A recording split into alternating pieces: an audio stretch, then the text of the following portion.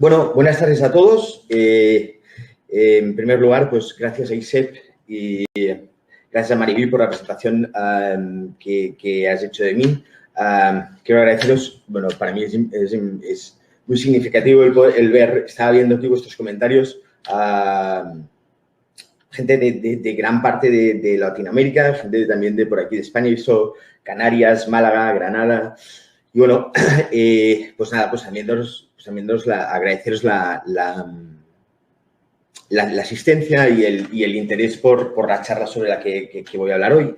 Es una sesión clínica que aproximadamente estaría hablando durante una hora, hora y pico, y entonces a partir de ahí iré al hora y cuarto así, y luego al final dejaré pues una parte para preguntas, que entiendo que en el chat pues las iré leyendo yo mismo.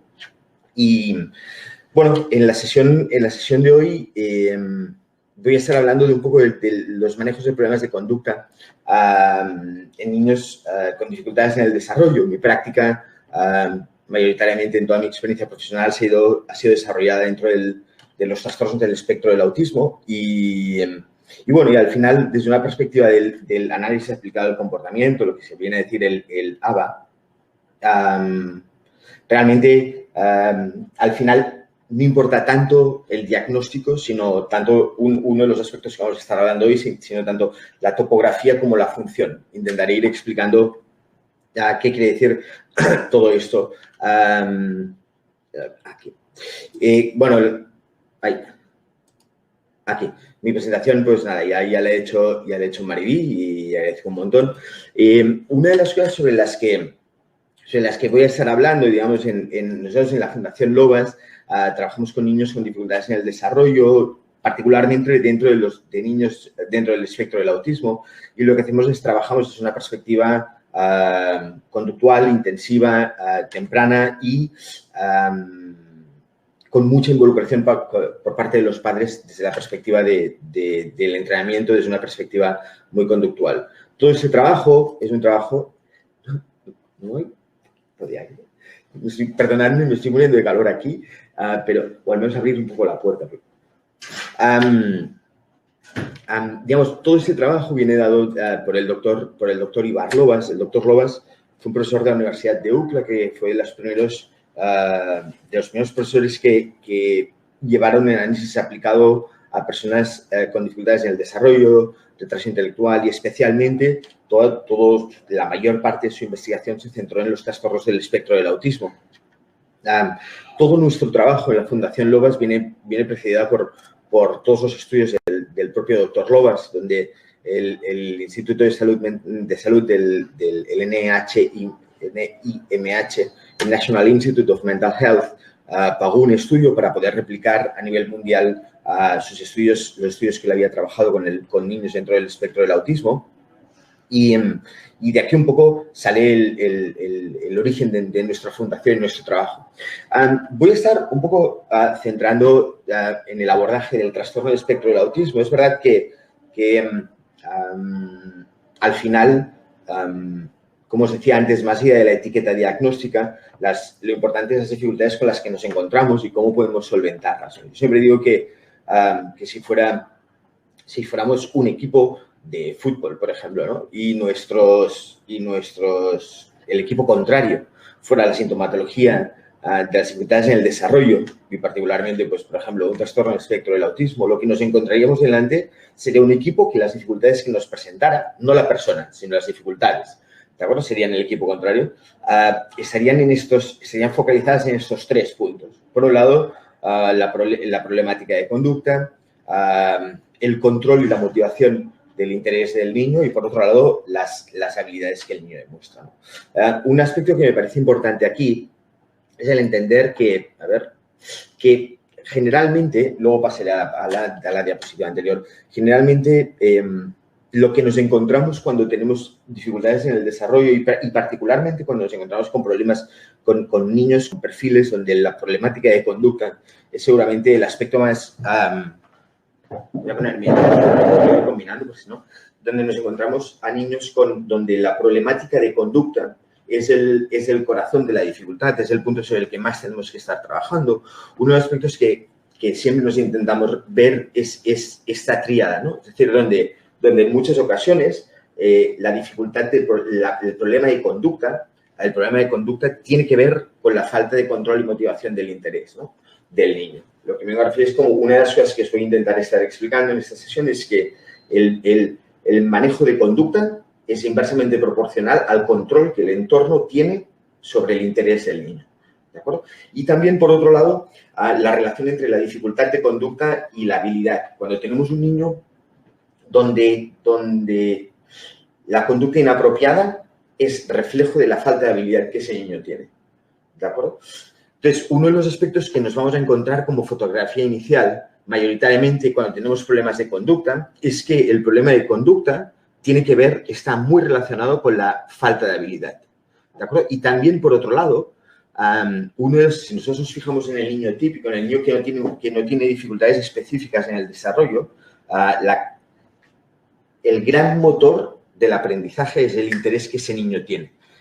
Aquello que le lleva a aprender sistemáticamente y acelerar la velocidad de aprendizaje tiene que ver con el interés que ese niño tiene en todo lo que pasa a su alrededor. En muchas ocasiones, cuando tenemos niños con dificultades en el desarrollo y particularmente niños dentro del espectro del autismo, una de las dificultades por las cuales el niño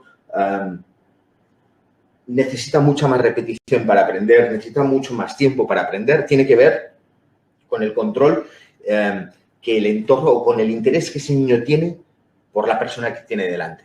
¿De acuerdo? Entonces, siempre que vamos a entender esto, porque hay muchas veces en las que cuando nos encontramos niños con dificultades de conducta, lo primero que vamos a ver es, muy bien, ¿qué tengo que hacer cuando pasa esa conducta? ¿De acuerdo? ¿Qué tengo que hacer cuando el niño voy por la calle y se tira en el suelo? ¿Qué tengo que hacer cuando tira objetos o me intenta pegar o se golpea?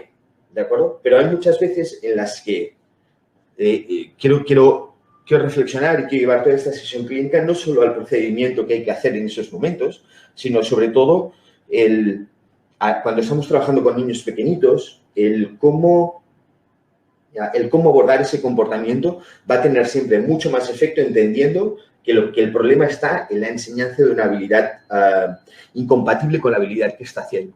Lo que me va a referir es, si yo tengo un niño que la dificultad, por ejemplo, es tirarse en la calle, al suelo, el planteamiento que yo me voy a hacer es, muy bien, ¿qué tengo que hacer para que ese niño vaya caminando bien sin tirarse al suelo? No es qué tengo que hacer cuando se tira al suelo.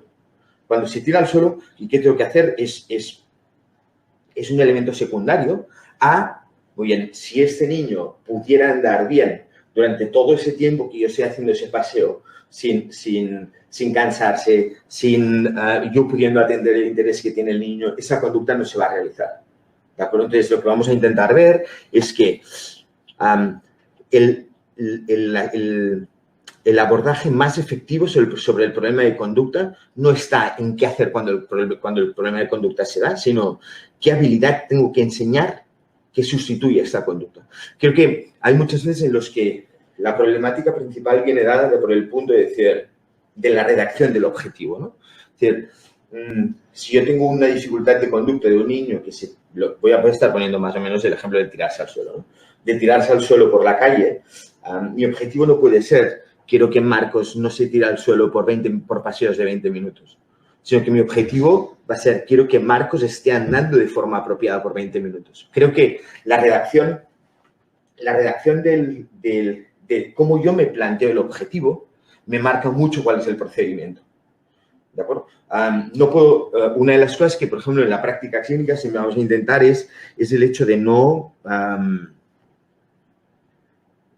esto no es táctil, ¿no? No va aquí, eso no va aquí táctil. Vale, no es eso. Vale. Una de las cosas que vamos a plantear es como no vamos a plantear un objetivo negativo desde la perspectiva de mi objetivo es que Marcos no se tire en la calle o mi objetivo es que el niño no pegue. Mi objetivo va a ser pues, que el niño pueda permanecer jugando de forma apropiada, pueda permanecer caminando, pueda pedir las cosas de forma apropiada, ¿de acuerdo? Entonces, creo que este punto de no plantear el objetivo desde una perspectiva en negativo, una frase en negativo, sino decir, bueno, vamos a entender que no es que no quiero que haga, sino que lo que quiero es que haga algo apropiado. Entonces, ¿qué pasa? Que una de las cosas, como os decía antes, en el abordaje del comportamiento inapropiado, esta es la foto que vamos a buscar, ¿de acuerdo? Es decir, si bien el punto de salida es este, ¿de acuerdo? Una de las cosas que voy a buscar es que si yo soy capaz de incrementar la motivación y el control que tengo sobre el niño, voy a ser capaz de poderle enseñar mucho más rápido. Y le voy a estar enseñando habilidades que son incompatibles con ese comportamiento inapropiado. ¿De acuerdo?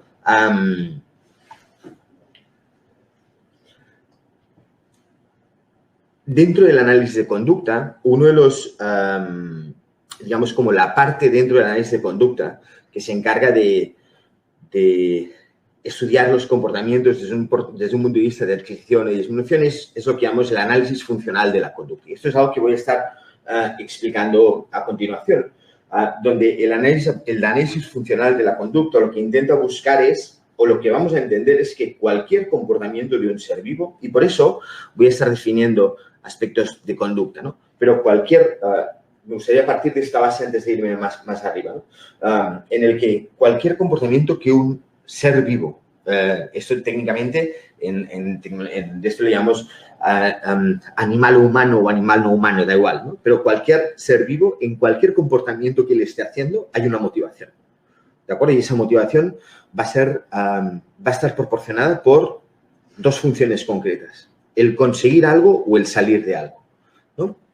Entonces, lo que vamos a estar entendiendo es que el comportamiento inapropiado tiene una motivación.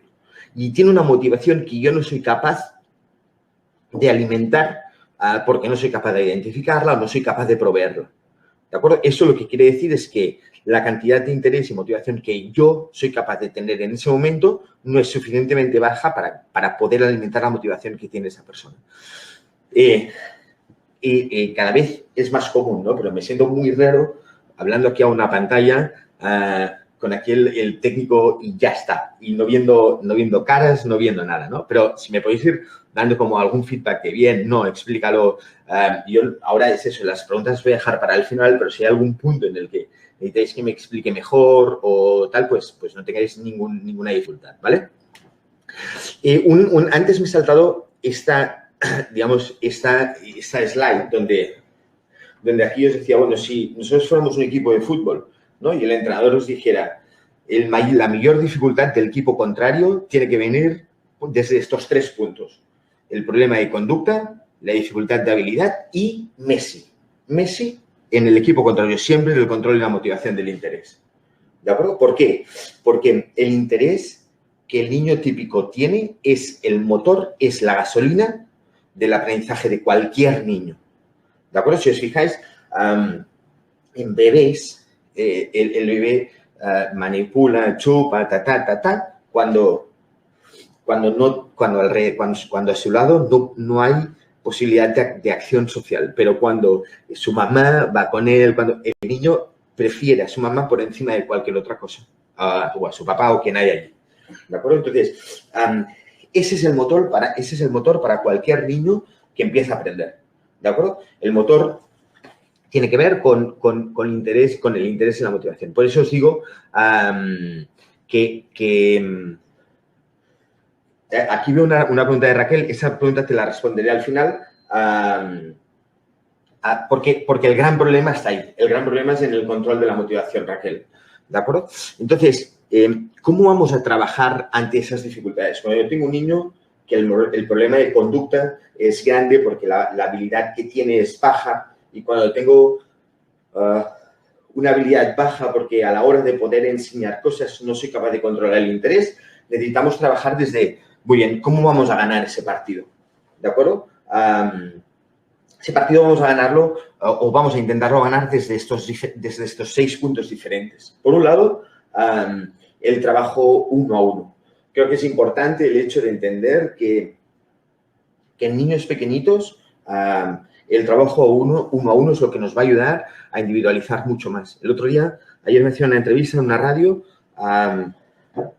y una de las cosas que intentaba explicar es en el colegio es muy complejo poder enseñar a un niño. ¿Por qué? Porque cuando estamos hablando de dificultades en el desarrollo, cuando estamos hablando del espectro del autismo, lo que nos vamos a encontrar es que la variabilidad de niños, la variabilidad de síntomas es enorme, ¿de acuerdo? Entonces, digamos, cuando queremos trabajar sobre una dislexia o sobre yo que sé, una discalculia, las poblaciones de niños con esos síntomas pueden ser muy parecidas, ¿de acuerdo? La sintomatología es muy homogénea. Cuando hablamos de un trastorno del espectro del autismo, por ejemplo, este concepto de espectro lo que nos viene a marcar es muchísima variabilidad, ¿de acuerdo? Donde es de las pocas patologías en las que dos personas tienen el mismo diagnóstico, pero pueden no compartir conductualmente ningún síntoma. Entonces, este trabajo individualizado nos va a ayudar a entender y nos va a ayudar a diseñar lo que el niño puede estar aprendiendo, ¿de acuerdo?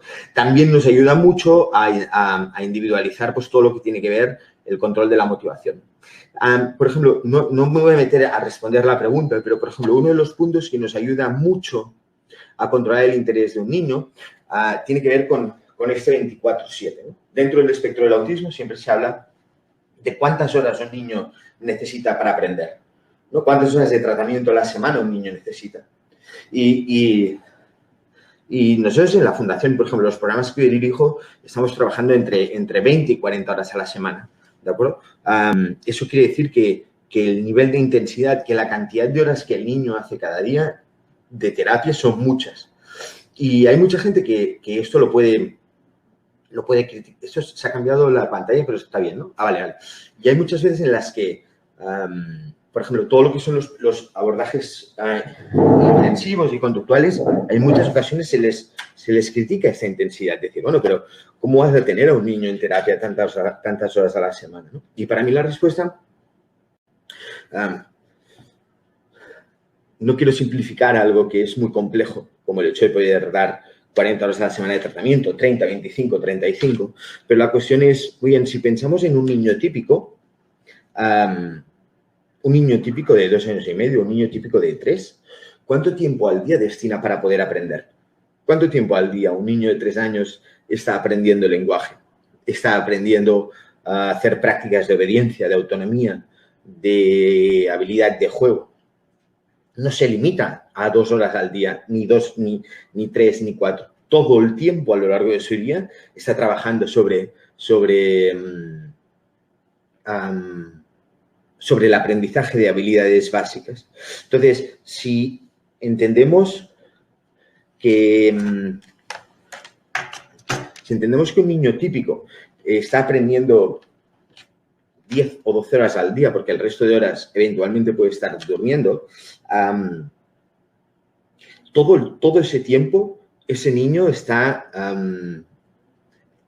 ejerciendo prácticas que a través de la interacción social está recibiendo cosas que son para él agradables. Si yo tengo un niño donde ya no solo no tiene esa dificultad, no tiene ese interés en el otro, sino que ese interés deriva en dificultad de aprendizaje, es muy difícil entender que con 2 horas a la semana, con 3 horas, con 4 horas, con 5, ese niño va a poder aprender.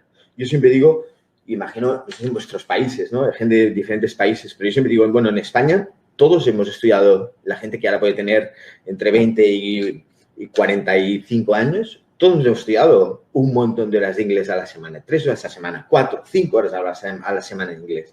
Y yo siempre digo, de todos esos millones de españoles que hemos aprendido y que hemos estado sometidos a un tratamiento de 3 horas o 4 horas o 5 horas de inglés a la semana, de esas personas, ¿cuántas son capaces de mantener una conversación en inglés por más de 3 minutos? Y podemos decir, muy pocas. Y bueno, pero si es gente que ha podido aprender por lo menos un idioma o dos, que ha estado sometido a una situación de aprendizaje de un idioma nuevo por 3 horas a la semana, ¿cómo es posible? ¿Cómo podemos entender o cómo queremos entender que un número de horas bajas de tratamiento a la semana para un niño con autismo le van a llevar a poder desarrollar lenguaje, por ejemplo? El problema, a la hora de poder enseñar y a la hora de poder hacer efectivo el tiempo de aprendizaje y el control del interés, tiene que ver con esta intensidad en términos de decir, bueno, cuando antes Raquel o alguien más, Mitchell, por ejemplo, ¿no? ¿Cómo provocas interés en un niño con autismo?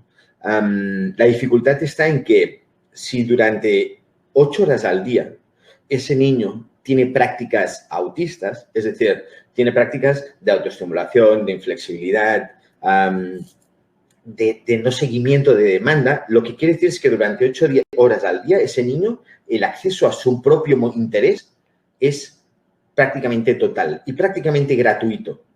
¿De acuerdo? ¿Qué pasa? Que cuando yo lo que intento hacer es conseguir el interés y la motivación de ese niño a través mío y conseguir ese interés le requiere algo, es muy fácil que el niño no muestre interés. Me parece una reflexión muy importante. El punto de decir, cuando a mí me están pagando 800 euros al mes sin hacer nada, cuando a mí me proponen a lo mejor ganar 800 o 1000, pero a un coste alto, ¿qué pasa? Que la probabilidad de que a mí me interese trabajar o que a mí me interese cobrar por ese trabajo es muy baja. ¿Por qué? Porque a mucho menor coste físico, a mucho menor coste energético para mí, obtengo casi lo mismo.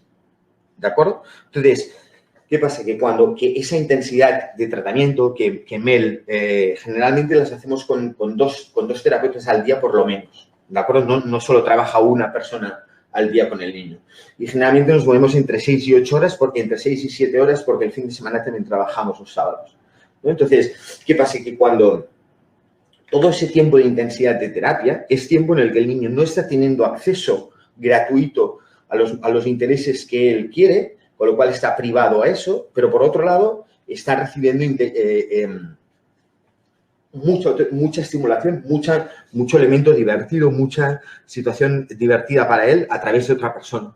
Entonces, uno de los puntos cuando trabajamos con niños pequeñitos en el desarrollo de edad temprana y trabajamos por muchas horas, una de las cosas que el tratamiento tiene efecto es en la prevención, ¿no? ¿Qué quiero decir con la prevención? Lo que vengo a referir es como no solo el niño aprende habilidades, sino que hay muchas conductas inapropiadas que no aparecen. ¿Por qué? Porque en la medida que aprende, el niño no necesita generar comportamiento inapropiado para interaccionar con su entorno, para conseguir lo que él quiere.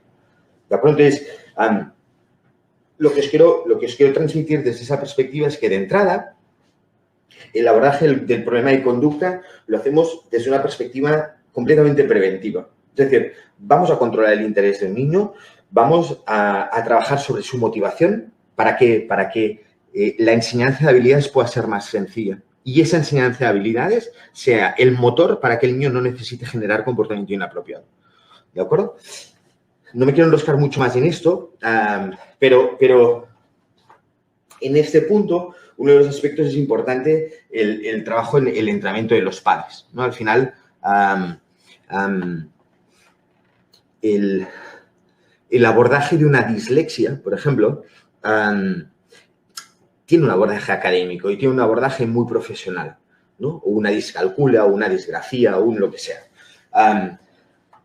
Pero para mí, a día de hoy, que en la mayor parte de países, por ejemplo, por lo menos en Europa, en Latinoamérica trabajo bastante en algunos países, Argentina, por ejemplo, Argentina he trabajado mucho, en Brasil he estado haciendo algunas cosas y ahí es verdad que hay un abordaje muy educativo sobre los trastornos, pero también hay un abordaje clínico, ¿no? Y muchas veces las familias tienen acceso a tratamientos clínicos.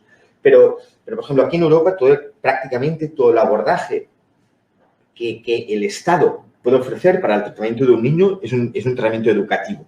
Es decir, pues el niño va a un colegio de educación especial o el niño va a un colegio ordinario con apoyos en el aula. ¿De acuerdo? Pero ¿qué pasa? Que eso para mí es como entender que el autismo del niño se circunscribe al colegio. ¿De acuerdo? Y en ese punto es cuando digo que el autismo no se parece a una dislexia. Que el autismo, si me lo permitís, es más parecido a una patología como el cáncer.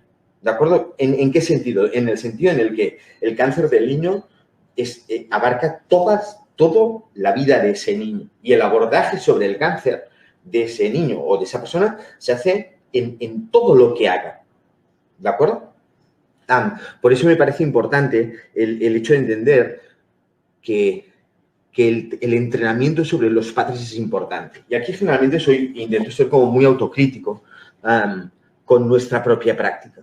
¿Por qué? Porque muchas veces, por desgracia, no es suficiente tener una conversación con los padres y tú le dices a un padre, pues mira, para que tu hijo no tal, hace esto, esto, esto, esto y esto. Muchas veces no es suficiente. ¿Por qué? Porque, por ejemplo, si yo fuera a trabajar con un niño con autismo que vosotros trabajáis o vosotros vinierais a trabajar con uno de los niños con los que nosotros trabajamos y tú eres profesional y tú has hecho una carrera, 2, un máster, 2, 7 másters, pero aún así, cuando yo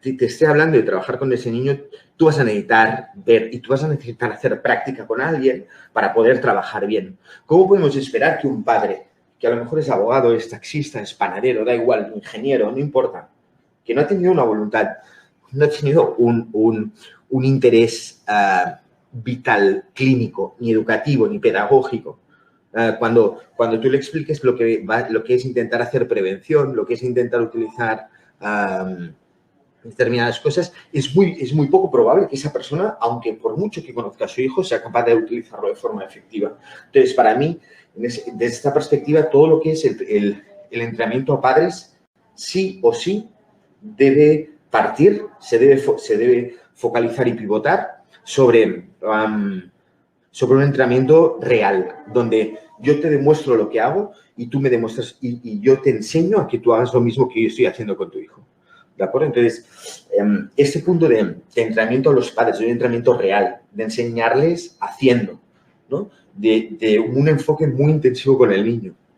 Y por otro lado, pues eso, sí, simplemente, pues el hecho de, creo que en cualquier patología a día de hoy, ya no dudamos de esto, ¿no? Que es importante el punto en el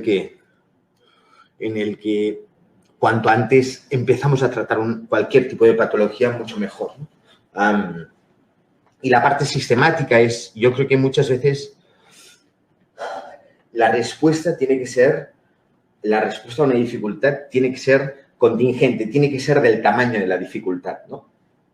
Entonces, cuando nos enfrentamos a un trastorno del espectro del autismo, donde en psicopatología infantil estaríamos hablando de la dificultad con mayor impacto en la vida de un niño por la cantidad de áreas a las que afecta y por lo masivo que es en todas las áreas, me parece que es importante el ser muy sistemático en lo que estamos haciendo. ¿Y qué pasa? Que muchas veces el problema no es de los profesores en el contexto escolar o de la educación especial. El problema es que la dificultad es mucho mayor, sobrepasa las barreras de un contexto escolar, ¿no? De un contexto educativo. No sé si me estoy enrollando demasiado, pero si me dais, sé que hay preguntas, pero si me vais dando un poco de feedback, alguna cosa concreta de sigue adelante, no vuelvo a explicar por qué es importante, pues me ayudaría un poquito. Sé que hay preguntas, estoy viendo preguntas de sueños, estoy viendo preguntas de lo del espacio, sí, lo del espacio. Y aquí, cuando dices, Natalia, solo terapeuta y los padres en casa, no sé exactamente a qué te refieres, pero sí, lo que estamos haciendo es todos los programas que trabajan en casa o en casa y en el colegio. Es decir, en la medida en que el niño pueda estar preparado para estar atendiendo al colegio, la intervención cubre tanto lo que es la casa, y por entender casa es como contexto domiciliario, ¿no? Es decir, en el parque, salidas a la comunidad. Y sí, el entrenamiento con los padres es en esos contextos. Hay muchas veces, no sé si te refieres a eso, pero hay muchas veces en las que, bueno, pueden haber hermanos y según cómo vamos trabajando con ellos, ¿vale?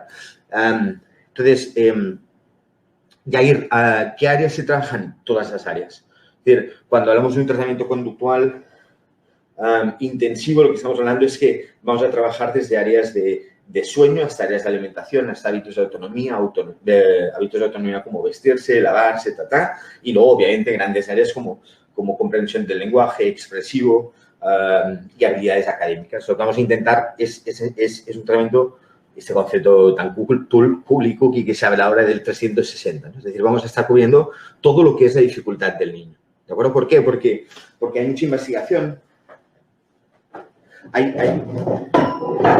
mucha investigación que nos habla sobre el hecho de que por desarrollar un área del desarrollo, como es el lenguaje, el niño no es más autónomo, ¿de acuerdo? Por desarrollar una habilidad verbal, el niño no quiere decir que puede aprender a jugar. Entonces, lo que esos estudios nos hablan es que al final no es una cuestión encajonada. Las habilidades no son un armario que tú abres y hay cajones, sino es digamos, es como una estructura molecular donde todas interaccionan entre ellas, ¿de acuerdo?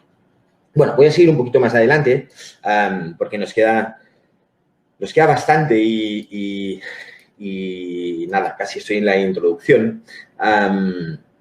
Seguramente a partir de ahora me iré saltando alguna de esto, ¿no? Pero lo que vamos, digamos, el esquema principal, si nosotros fuéramos un equipo y yo fuera el entrenador, Miguel, ¿cuánto tiempo a la semana? Pues depende, pero estamos trabajando entre 20 y 40 horas a la semana, ¿vale? Eso quiere decir que son sesiones de entre 2 horas y 4, tanto en sesiones de mañana y de tarde. La cantidad de horas va dependiendo un poco de la edad del niño y lo que, sobre todo, la intensidad, cuánto tiempo trabajamos con un niño. Yo siempre digo, mira, yo esquío desde muy pequeñito, me encanta esquiar. Solo quiero que acabe el confinamiento aquí para poder ir a esquiar. Pero bueno, yo tengo una hija, yo soy papá de una hija de 9 años y una de mis ilusiones es ir a esquiar con ella siempre que puedo, ¿no? Entonces, yo me he dado cuenta que es un ejemplo, es una analogía, ¿no? Entonces, es decir, bueno, hay un momento en el que el tiempo en que mi hija, con una niña con desarrollo típico, ¿no? Pero un tiempo en el que mi hija, en el que puede estar aprendiendo a esquiar, es el tiempo en el que puede estar pasándoselo bien esquiando. Lo que me vengo a referir es cuando llegamos, ella tiene muchas ganas por esquiar, papi, la nieve, papá, bajamos, lo pasamos bien, se cae, se ríe, papá, bueno. Pero llega un momento en el que es como, papi, tengo frío, papi, tengo pipi, papi, y quiero beber algo. Entonces, en ese punto es cuando ya está. Ahora lo que necesita es descansar, tiene hambre, yo qué sé, ha llegado más gente y es menos divertido esquiar. Y en ese punto es cuando mi foco tiene que cambiar a enseñar otra cosa o tiene que cambiar. Entonces, la cantidad de tiempo que trabajamos con un niño, es decir, la intensidad de tratamiento viene muy marcada por cuánto soy capaz de poder hacer que ese niño se lo pase bien. Por tanto, ese es uno de los puntos, lo que tiene que ver aquí con la gestión del reforzador, es uno de los puntos básicos sobre los que todo tratamiento se debe fundamentar. Por ejemplo, nosotros en las sesiones clínicas que hacemos nosotros semanalmente, vemos todo el equipo del niño se reúne para poder trabajar con él y con sus padres. Entonces, lo primero que hacen todos los equipos es cada semana explicar a los demás compañeros qué actividades reforzantes, es decir, qué situaciones agradables han encontrado con ese niño que nos ha permitido poderle enseñar algo. En todas las horas de terapia, en todas las sesiones vamos a destinar un tiempo significativo al hecho de poder estar buscando cosas que para el niño sean placenteras, ¿de acuerdo?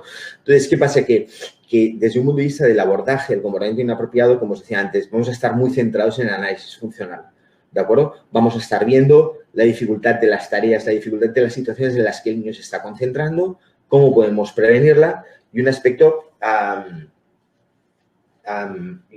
muy centrado que es la obediencia. Mel, tu pregunta, perdóname que voy... trabajamos con mayoritariamente, digamos, la intervención se centra en niños pequeños. Yo he tenido la suerte y tengo la suerte de poder trabajar con niños un poco más mayores en Barcelona, pero sobre todo, por ejemplo, en Italia, atiendo a un grupo de 6, 7 familias donde prácticamente el abordaje es exactamente lo mismo. No hay ninguna diferencia entre lo que estoy explicando con un niño o con un adolescente. Sí que es verdad que con un adolescente la diferencia en el trabajo con respecto a la edad tiene que ver con las expectativas que tú pones. Pero muchas veces, desde una perspectiva cronológica, al final tampoco importa si el niño tiene 2, 5 o 10 años, ¿no? ¿Por qué? Porque al final te están encontrando más allá de la edad cronológica, lo que ese niño o ese adolescente puede aprender tiene que ver más con una edad de desarrollo, que es donde le sitúan las habilidades siguientes que puede aprender. Pero obviamente, desde el punto de vista del abordaje del comportamiento inapropiado, siempre digo, como en cualquier patología, tenemos 2 tipos de síntomas. Síntomas que son positivos y síntomas que son negativos. La sintomatología positiva en una patología tiene que ver con los síntomas que están en exceso, ¿no? Es decir, por ejemplo, en una adicción, pues estaría en exceso el uso abusivo de una cierta sustancia, alcohol o drogas o lo que fuera, ¿de acuerdo? Entonces, en autismo, síntomas en exceso son todos los que tienen que ver con, por ejemplo, conductas inapropiadas, autoagresiones, agresiones, rabietas. No tanto a lo mejor, y aquí lo pongo, no tanto por la topografía, porque un niño típico también puede llorar, un niño pequeño también puede tener rabietas, pero sí la frecuencia, la intensidad, la tolerancia a no generarlas. Entonces, hay la sintomatología positiva y la sintomatología negativa, ¿no? La sintomatología negativa sería como todo aquello que las personas sin diagnóstico tienen que esa persona no, ¿de acuerdo? Entonces, por ejemplo, pues si estuviéramos hablando de una adicción, pues tendría que ver con los hábitos de autocuidado, la red social. En el caso del niño con autismo, los síntomas en déficit, la sintomatología negativa sería pues la falta de habilidad de desarrollo del lenguaje, de habilidades de juego, de control de esfínteres. Entonces, al final, lo que vamos a estar viendo es que con niños pequeñitos, a los niños pequeñitos, si cogemos 100 niños, un grupo de 100 niños con autismo pequeñitos y un grupo de 100 niños con autismo, perdón, de 100 personas adolescentes o incluso adultas, es importante, lo que vamos a observar es que en el niño pequeñito le falta mucha habilidad, pero tampoco necesariamente, si vosotros habéis visto niños de 2 años o de 18 meses, 21, 22, 25, 28 meses, son niños en los que sí pueden tener, sobre todo les falta habilidad, pero tampoco necesariamente tiene por qué haber unos comportamientos de agresión, de autoagresión muy severos. En cambio, si nos vamos a personas de mayor edad, eso sí que lo vamos a ver, donde la sintomatología positiva es mucho más significativa. Entonces, creo que es importante este punto, ¿no? Entonces, siguiendo un poco, nada, aquí me quiero bajar un momento a la parte técnica para hacer entender esta diapositiva, esta presentación la tendrán, ¿no?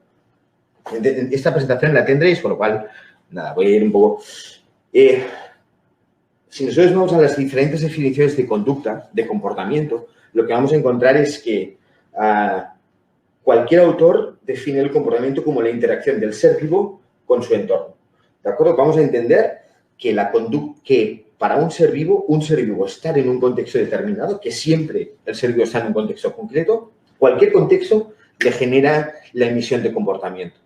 ¿De acuerdo? Entonces, la forma en la que ese ser vivo, en este caso este niño, un niño concreto, se relaciona con su entorno, es lo que llamamos conducta. ¿De acuerdo? Entonces, nada, aquí tengo un esquema práctico. Entonces, como os decía, un punto, por un lado, es como, bueno, ¿qué vamos a intentar hacer? ¿Qué intenta hacer el análisis aplicado al comportamiento, ¿no? Lo que intentamos hacer es estudiar en qué se fundamenta esa interacción con el entorno. ¿De acuerdo? Perdón, voy siguiendo vuestros comentarios, pero voy siguiendo un poquito, ¿vale? Y iré haciendo, ¿vale? Pero para trabajar con adultos, hombres o mujeres, pues la verdad es que no te sabía qué decir. En realidad, yo creo que no depende tanto de hombre o de mujer, sino de una buena práctica con respecto a la gestión del reforzador, ¿no? Por poca habilidad, Alba, me vengo a referir como poca habilidad en cualquier área, a nivel motor, a nivel verbal, a nivel de imitación, a nivel de juego, ¿vale? Y Alba Morín habla de las habilidades sociales, pero no sé, pones habilidades sociales, no sé a qué exactamente te refieres mucho, ¿eh? Pero bueno, voy a seguir con el tema de análisis aplicado a conducta. Ya sé que soy súper incoherente porque he dicho que respondería a las preguntas al final, pero si las puedo ir acoplando en el discurso, mejor, ¿vale? Luego intentaré cubrir las que no haya tocado.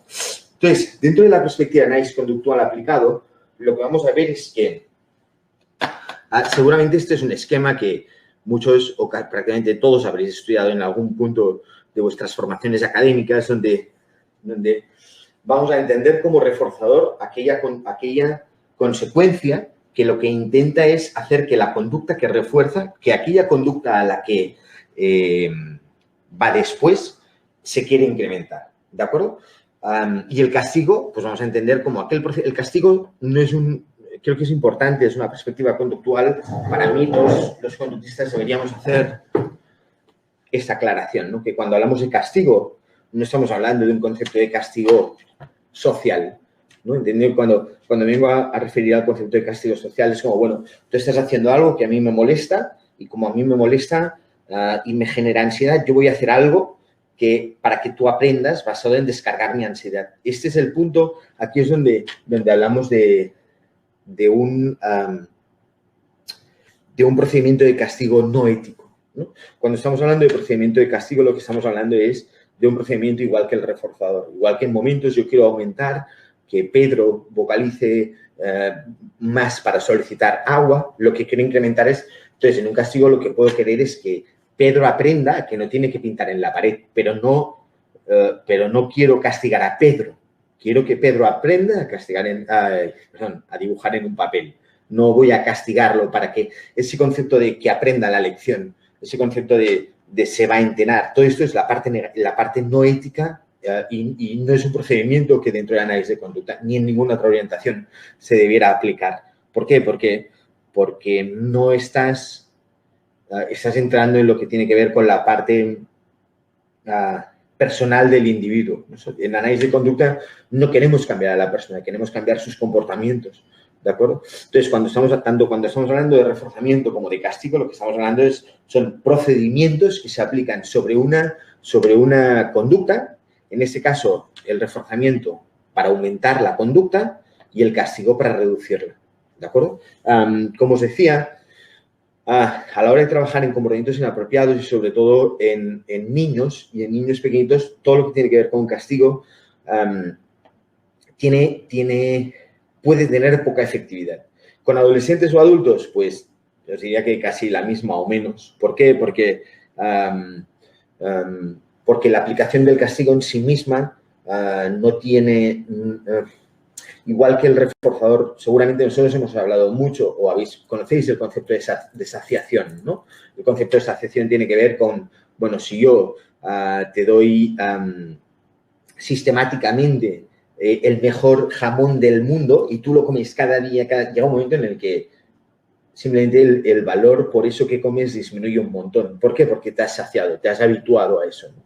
Este efecto que podemos ver en el reforzador también nos pasa en el castigo, ¿no? Y esto lo podemos ver cada día, por ejemplo, en los delitos de violencia de género, donde en un momento determinado, un día, el hombre, pues a la mujer le insulta y a la mujer otro día le insulta y llega un momento en el que eso ya no tiene un efecto y la persona y el hombre, en este caso el maltratador, lo que necesita es incrementar la magnitud de eso, ¿no? Y entonces primero le insulta, luego grita, luego pega a objetos, rompe una puerta, tira un plato, hasta que eso progresivamente va incrementando porque por el efecto de habituación que el castigo también infringe sobre la persona. Entonces, ¿qué pasa? Que en la práctica clínica todo lo que tiene que ver con los efectos de castigo se utiliza bastante poco, ¿no?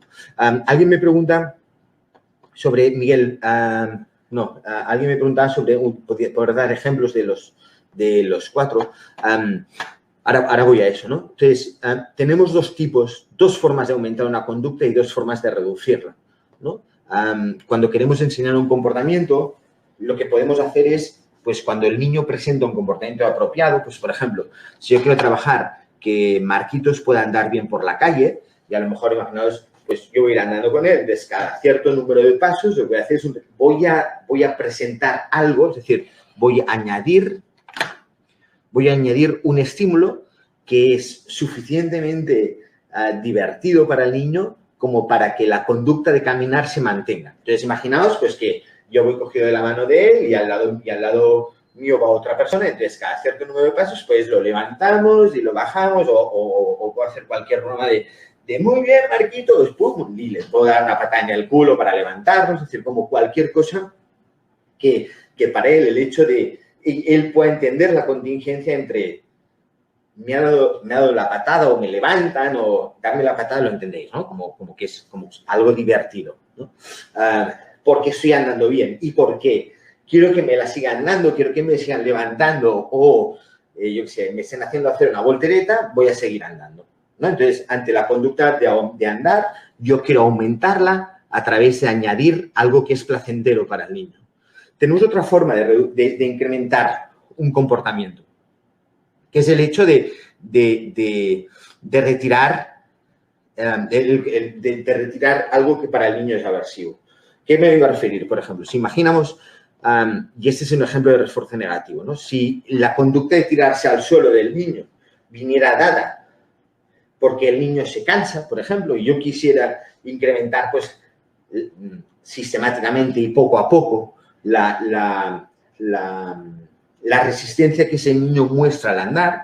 Imaginaos que yo le dijera como, muy bien, yo sé que andar, o sea, como que la conducta de tirarse al suelo viene producida por una sensación aversiva, porque está cansado. Entonces es como, bueno, pues yo llego hasta un sitio determinado que le marco y a partir de ahí lo cojo y lo llevo un rato encima mío. Donde lo que yo estoy haciendo no es el darle un abrazo como algo divertido, sino que simplemente estoy retirando la condición aversiva de andar.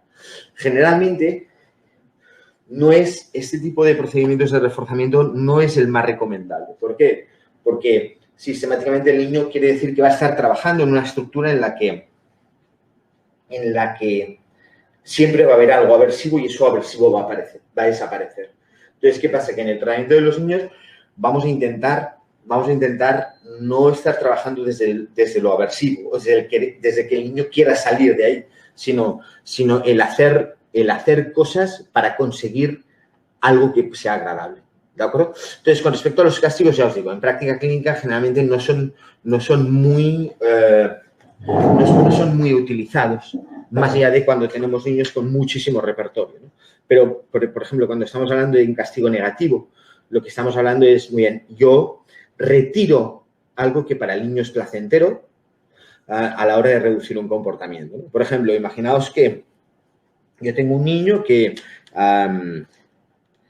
puede entender, para que un niño pueda entender procedimientos de pérdida, procedimientos de castigo, tiene que entender muy bien procedimientos de adquisición. ¿De acuerdo? Para una muy buena aplicación de castigos tiene que haber muy buena experiencia y muy buena aplicación sobre reforzadores. ¿De acuerdo? Entonces, imaginaos que con un niño que pega a su hermano, pues muy bien, por pegar a su hermano pierde un privilegio. Pues por ejemplo, esta tarde no puede ver la consola, ¿no? O no sé, pues si para postre, en lugar de poder elegir entre dos cosas, pues va a tener que escoger va a tener que tomar de postre lo que su madre quiera, ¿no? Este sería un ejemplo de castigo negativo, donde porque has pegado a tu hermano no tienes acceso a un tiempo para jugar con la Play, ¿no? Sería el concepto de castigo negativo, la retirada de algo placentero para poder reducir un comportamiento que no quiero que hagas. Los castigos positivos, generalmente, pues estos ya sí que tienen que ver rozan mucho más todo lo que tiene que ver con problemas deontológicos serios, que prácticamente a día de hoy, en la práctica clínica, pues eso, no se aplican, por un lado, por la parte deontológica, por otro lado, porque la efectividad de los mismos es relativamente baja, ¿de acuerdo? Pero vendría a ser como aplicar algo que es aversivo para el niño. Pues, por ejemplo, yo cuando era pequeño y los salesianos me castigaban en el patio y me hacían recoger papeles, ¿no? Es decir, bueno, pues por yo ponerme mal en la fila o por, no sé, por hacer cualquier cosa, pues muy bien, pues sí, tienes que recoger 20 papeles. Entonces, me hacían practicar algo que para mí era aversivo. Entonces, como era, por ejemplo, por recoger papeles, ¿no? Tenemos dos tipos de castigo positivo, digamos, como técnicamente, ¿no? El hecho de que yo presente un estímulo aversivo sobre la persona, como por ejemplo, hacerle hacer algo, o que yo presente un estímulo aversivo directamente sin que ella tenga que hacer nada, ¿no? Pues, por ejemplo, en esa situación, no sé si os ha pasado una vez, pero que estás ganando un examen y el profesor te rompe el examen, ¿no? Es decir, ahí te está presentando un estímulo que completamente es desagradable, ¿de acuerdo? Entonces, ya como os digo siempre, generalmente vamos a estar trabajando sobre premio por encima de castigo. Es lo que siempre me parece más recomendable. Por eso, también en el abordaje del comportamiento inapropiado es complejo el hecho de aplicar procedimientos aversivos. Si no hay procedimientos aversivos, actuar sobre la consecuencia. Si no hay una parte de aprendizaje muy significativa, ¿vale? Un aspecto importante, chicos, veo que hay un montón de preguntas y no sé si es que me estoy condicionando mucho a intentar responderlas todas, pero necesito seguir un poquito para adelante. Un aspecto importante que yo cuando a cualquiera de vosotros que le pueda interesar el concepto del análisis aplicado al comportamiento como herramienta para disminución de comportamientos inapropiados o bien para adquisición de comportamientos, es importante este concepto de la contingencia conductual, ¿no? Cuando realmente yo me tuve que meter en aspectos de contingencia cuando empecé a mi labor docente, Sí, sí, Yair, para que puedas seguir. El castigo positivo es aversivo, es presentar algo aversivo al niño o hacerle hacer algo aversivo. ¿De acuerdo? Entonces, lo que decía, cuando me puse en la parte docente, me tuve que poner a explicar lo que era una contingencia y ahí es donde toma mucho sentido, o como cuando comprendí muy bien la importancia, por ejemplo, de aspectos como la contingencia, ¿no? O aspectos como la necesidad de ser consistentes, ¿no? Entonces, la contingencia conductual, al final hablaré poquito de esto, pero es algo que cualquiera que pueda estar interesado, mi recomendación es que pueda trabajar, que pueda leer aspectos de contingencia conductual. Creo que hay un libro de procesos psicológicos básicos, creo que es del profesor Andrés García de la Universidad de Sevilla, que realmente en ese libro están muy bien explicados y me parece como muy importante, ¿no? Entendemos una contingencia sobre la posibilidad que la persona asume de que algo pueda pasar, ¿no? Es decir, con qué probabilidad un niño, pues al decir agua, le van a dar agua, ¿no? Y con qué probabilidad, si un niño no dice agua, no le van a dar agua, ¿no? Entonces, todo este aspecto de contingencia conductual, donde el niño está expuesto a un tipo de aprendizaje en el que sabe lo que tiene que hacer para conseguir lo que quiere conseguir, ¿de acuerdo? Y sabe lo que no debe hacer cuando no quiere, lo que no quiere hacer perdón, lo que tiene que hacer cuando no quiere que algo pase, ¿no?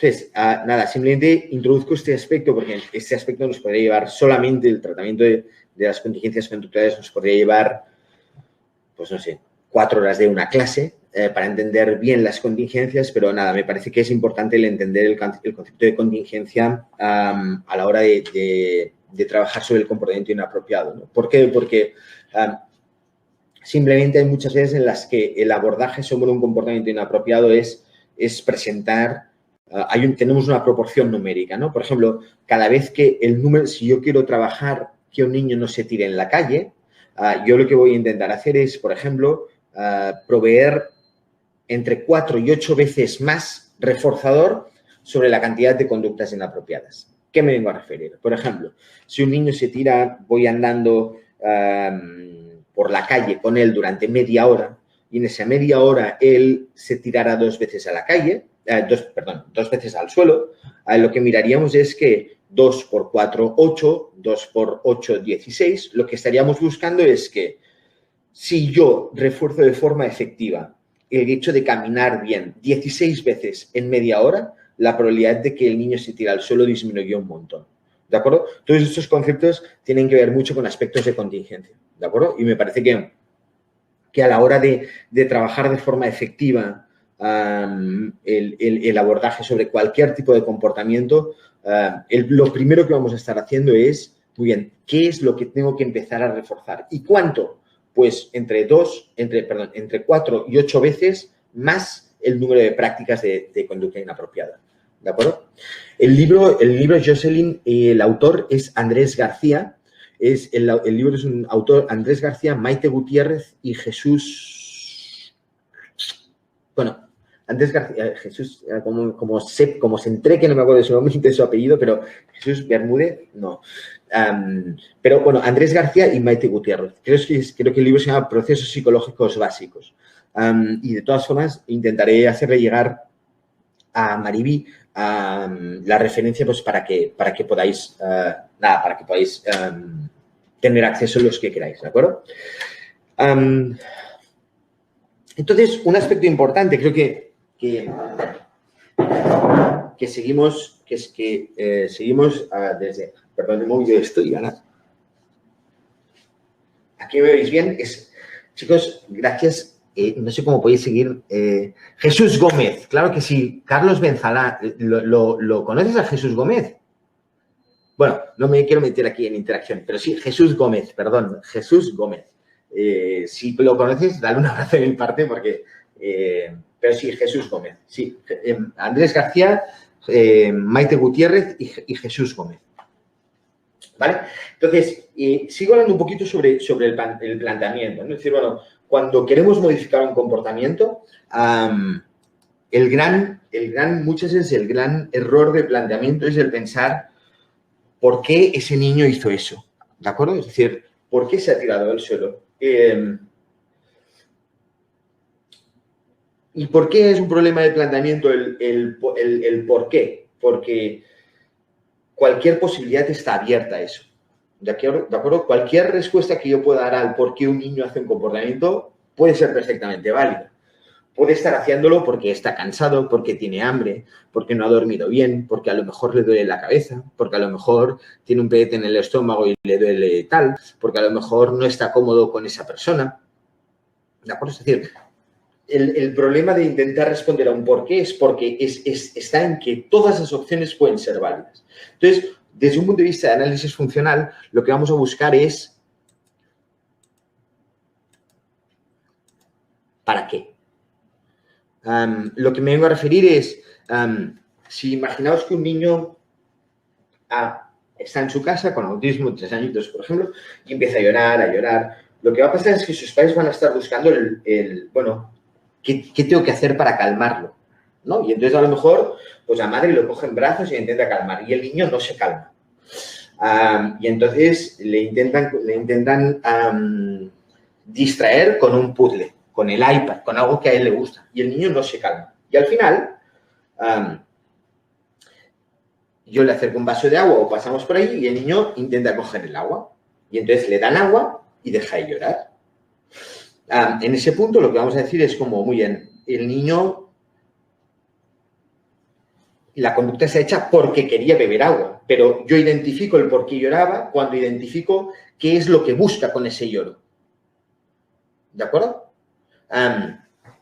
Entonces, sí, Regina, no quiero decir que no haya un porqué. Lo que me vengo a referir es como para identificar, cuando quiero modificar ese comportamiento, lo primero que tengo que hacer no es preguntarme el por qué, es observar ese comportamiento para qué sirve, qué está buscando ese comportamiento. ¿De acuerdo? Y cuando yo sea capaz de, cuando yo identifico que el niño quiere agua, porque cuando le doy agua, bebe agua, ¿de acuerdo? Y cuando bebe agua deja de llorar, lo que voy a decir es como, sí, lo que detona la conducta tiene que ver con la sed, ¿de acuerdo? Entonces, digamos, esto es lo que intenta hacer el análisis funcional de la conducta. Intenta establecer relaciones entre lo que se llaman antecedentes y conductas. Siempre en análisis conductual aplicado, se ha congelado el vídeo, pero eso será solo para una persona o... No. Vale, en principio está bien. Siempre vamos a estar analizando en análisis conductual 3 partes de una conducta. El antecedente, la conducta en sí y la consecuencia. ¿De acuerdo? Es decir, pues, ¿cuál es el antecedente a esa conducta? Pues que a lo mejor el niño ha hecho pipí y lleva X tiempo sin poder beber agua. Entonces, el antecedente es que lleva tanto tiempo sin beber agua y estando en el salón cuando ve a su madre y cuando lo que sea, el niño genera la conducta de llorar. ¿Cuál es la consecuencia? Pues que la madre le da agua y la consecuencia ante esa consecuencia es que la conducta para. ¿De acuerdo? Entonces, lo que vamos a estar buscando es intentar, lo primero de todo es intentar buscar información sobre la finalidad. ¿Cuál es la finalidad? ¿Cuál es el objetivo? No hay ningún comportamiento que esté hecho al azar.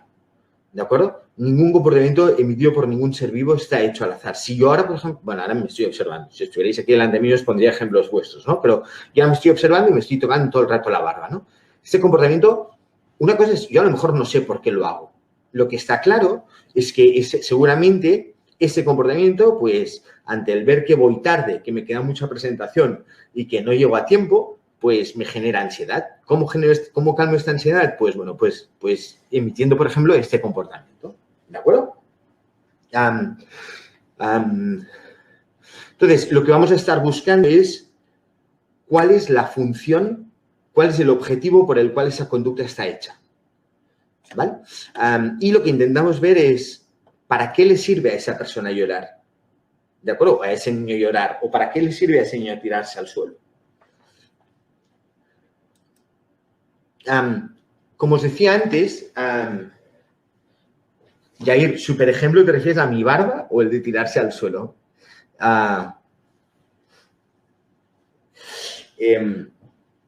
Sí, bueno, luego iría al tema de la pictografía y Yesenia. Lo que sí vamos a estar es, a la hora de intentar identificar un comportamiento, lo que vamos a estar buscando es como comportamiento inapropiado,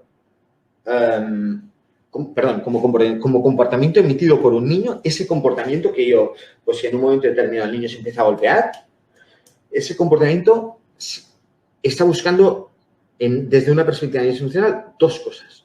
Hay dos posibilidades. Está buscando que algo bueno pase como consecuencia de ese comportamiento o que ese comportamiento le lleve a salir de una situación que es aversiva. ¿De acuerdo? Es decir, yo me puedo estar encontrando con un niño que, por ejemplo, en clase rompe el material. Rompe el material y lo que voy a hacer es como, bueno, voy a observar qué pasa habitualmente. Entonces, lo que observo es como, bueno, cuando el niño rompe el material, la profesora lo saca de la clase, ¿no? Imaginaos que lo echa de clase y el niño sale fuera. Muy bien. Cuando sale fuera, ese niño está en una situación en la que además se encuentra con otros 3 de su clase que también los han echado fuera y acaban pasándose lo mejor que estando dentro. O realmente para el niño el hecho de no tener que seguir sumando o no tener que seguir en esa prueba de matemáticas se le quita algo aversivo. ¿De acuerdo? Generalmente muchas veces lo que va a pasar en la naturaleza es que Espera, aquí, he salido, ¿está viendo? Es que he salido de eso porque me distraigo mucho. Ahora he salido del chat porque me estoy distrayendo un montón y pierdo un poco el foco. Perdonadme, luego volveré un poco a las preguntas. Entonces, lo que me va a pasar es que seguramente hay una mezcla de las dos cosas. Por eso, lo que acaba pasando es, si os habéis fijado muchas veces, yo no sé ahora en los contextos que estáis si se aplican o no, pero cuando yo era pequeño, al final siempre nos castigaban a los mismos. Y eso quería decir que el castigo no funcionaba. ¿De acuerdo? ¿Por qué? Porque realmente en muchas ocasiones el castigo no estaba atacando la verdadera función de los comportamientos. Entonces, lo que vamos a ver es que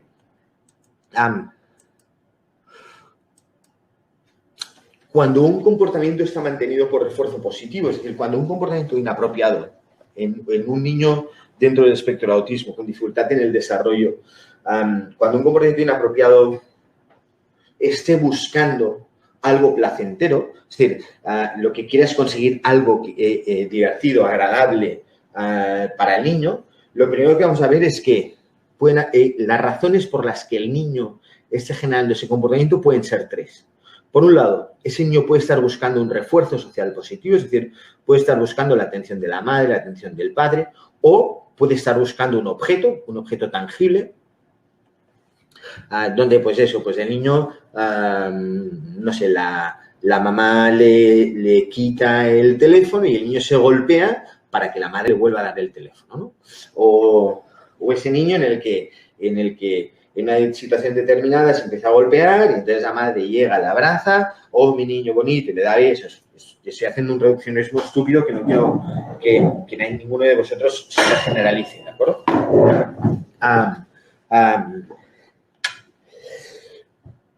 Sí, donde realmente, perdón, la conducta de autoagredirse, pues realmente el niño lo que va a seguir va a estar buscando una atención por parte de la madre, ¿no?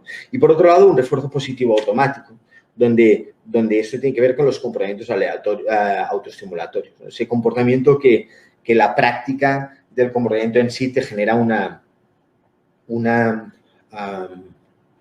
sensación agradable. Por ejemplo, en niños con autismo, por ejemplo, pues tiene que ver con comportamientos de alinear, de ponerse de puntillas, bueno, un montón de comportamientos en este sentido. Encender y apagar luces, pero también, por ejemplo, en el repertorio de desarrollo típico también se da esto, ¿no?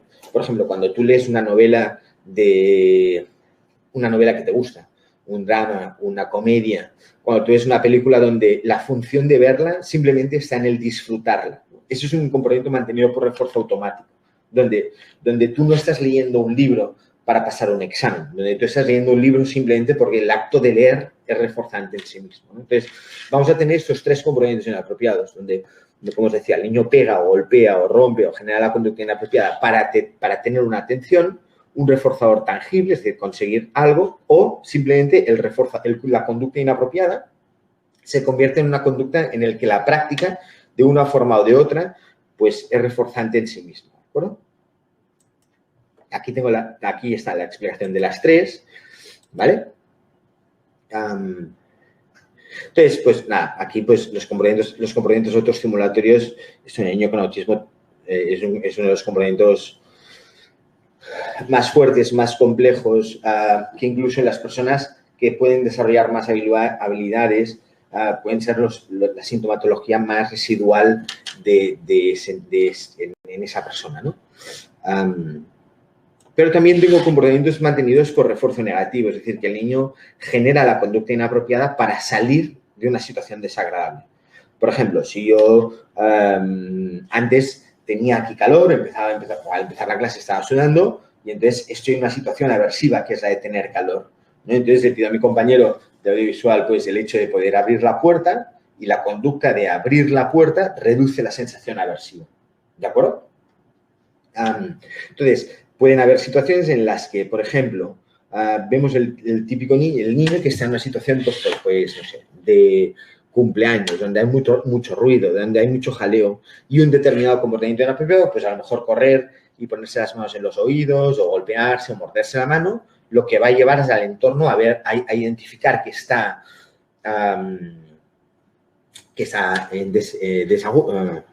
incómodo, perdón, que está incómodo y porque el niño emite ese comportamiento sale de la situación. ¿De acuerdo? Entonces, esa conducta está reforzada porque la conducta de morderse o de pegar o de dar vueltas con las manos en los oídos, lo que le ayuda es a disminuir una sensación aversiva. ¿De acuerdo? O un refuerzo automático negativo, que tiene que ver con más estados de propiocepción, ¿no? Por ejemplo, vosotros sabéis, eso nos ha pasado a todos en muchas ocasiones en las que por ejemplo, te duele una muela, ¿no? Entonces tú te das cuenta, o te duele la cabeza, entonces tú te das cuenta que cuando tú te tocas la cabeza, por ejemplo, cuando tú te duele la cabeza y tú te la tocas, ¿qué pasa? Hay muchas veces que la sensación de dolor se reduce. ¿Por qué? En ese caso, por ejemplo, en cuestiones de dolor, lo que acaba pasando es que al hacer presión, el paso de la sangre se disminuye, con lo cual la inervación de la zona genera menos dolor, con lo cual, digamos, como que el hecho de poderte tocar la frente o la cabeza o la boca en un momento determinado, esta conducta está reforzada porque la sensación de dolor al emitir esa conducta disminuye, ¿de acuerdo? Todos los componentes inapropiados mantenidos por refuerzo negativo están producidos por situaciones aversivas y eso conductualmente nos lleva a trabajar exclusivamente sobre la prevención. ¿De acuerdo? ¿Por qué? Porque son sensaciones que son aversivas para la persona. Y una persona en una situación aversiva es mucho menos eficaz para poder aprender. Es decir, una persona en una situación aversiva, el aprendizaje es mucho más complejo. ¿De acuerdo? Por lo cual, no solo desde una perspectiva, como decía antes, no solo desde una perspectiva deontológica, sino desde una perspectiva de efectividad en el aprendizaje, vamos a estar trabajando siempre sobre prácticas que queremos y controladas y apropiadas. ¿De acuerdo? Entonces, nada, aquí ponen los ejemplos que también nos hablaba. Entonces, una de las cosas que vamos a trabajar, desde una perspectiva de análisis funcional, dejadme, ya sé que he dicho, ¿podemos alargarnos un poquito? ¿Sí? Vale, me voy a intentar alargar un poquito para poder llegar por lo menos hasta por lo menos el trabajo sobre la prevención. Hace rato que no veo el chat porque me distraía un montón, ¿vale? Pero voy a intentar seguir un poquito para no cortar la clase aquí, ¿no? Entonces, creo que es importante diferenciar la función, la topografía de la función, ¿no? Una cosa es, yo cuando un niño quiere conseguir... Y eso, por ejemplo, dejándolo llevar al terreno de las parejas, ¿no? Cuando tú conoces a tu pareja, tú en cada situación sabes lo que quieres conseguir o lo que tienes que hacer para conseguir determinadas cosas, ¿no? Y no quiero poner desde una perspectiva de manipulación, pero si tus amigas o tus amigos han venido a la ciudad y tú quieres ir a cenar con ellos y sabes que a él o a ella no le va a apetecer, pues vas a intentar generar una serie de cosas para convencerla que en ese momento le puedan ayudar, ¿no? Pero esos comportamientos que tú vas a hacer con la función de conseguir lo que tú quieres, en unos momentos van a ser un tipo de conductas y en otros momentos van a ser otro tipo, ¿de acuerdo? Pero todos van a seguir las mismas. ¿Qué quiero decir con esto? Por ejemplo, cuando un niño quiere conseguir la atención de su madre, en un momento, a lo mejor, por la situación ambiental, pues irá ahí corriendo y le dará un abrazo. Pero a lo mejor, si no puede, va a llorar. Y en otro momento, pues a lo mejor lo que observamos es que el niño genera un comportamiento de autoagresión.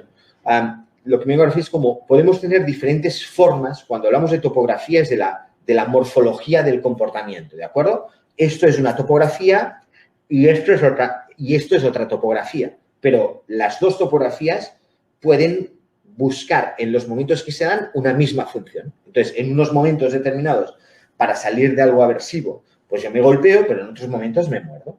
¿De acuerdo? Pero los dos comportamientos buscan lo mismo. Y a la vez me puedo encontrar con lo contrario, donde un solo comportamiento, a veces me golpeo para conseguir atención, pero a veces me golpeo para salir de una situación aversiva. Entonces, ¿qué pasa? Que en ese sentido es cuando se parece, donde el abordaje del comportamiento inapropiado es muy complejo. ¿Por qué? Porque la consecuencia que debemos aplicar no debe ser aplicada en base a la forma de la conducta, sino en base a la función. Si por ejemplo, ante la conducta de romper el material de trabajo, el niño es sacado fuera porque lo entendemos como lo hace para llamar la atención y fuera se queda sin atención, lo que puede estar pasando es que ante una situación, lo que podría estar pasando si me fijo solo en la topografía y asumo que la función es porque el niño no quiere hacer las tareas, lo que puede estar pasando es que la verdadera función es salir de alguna situación que es aversiva. Con lo cual, cada vez que supuestamente tú estás pensando que lo castigas dejándolo fuera de la clase, lo que estás haciendo es premiando la conducta de romper la tarea. ¿De acuerdo? Por eso es importante entender que en el abordaje lo importante es identificar para qué está hecho un comportamiento. La topografía lo que nos va a ayudar es a marcar qué procedimiento utilizamos. ¿De acuerdo? Pero la función es lo que nos va a marcar qué tenemos que hacer. ¿De acuerdo?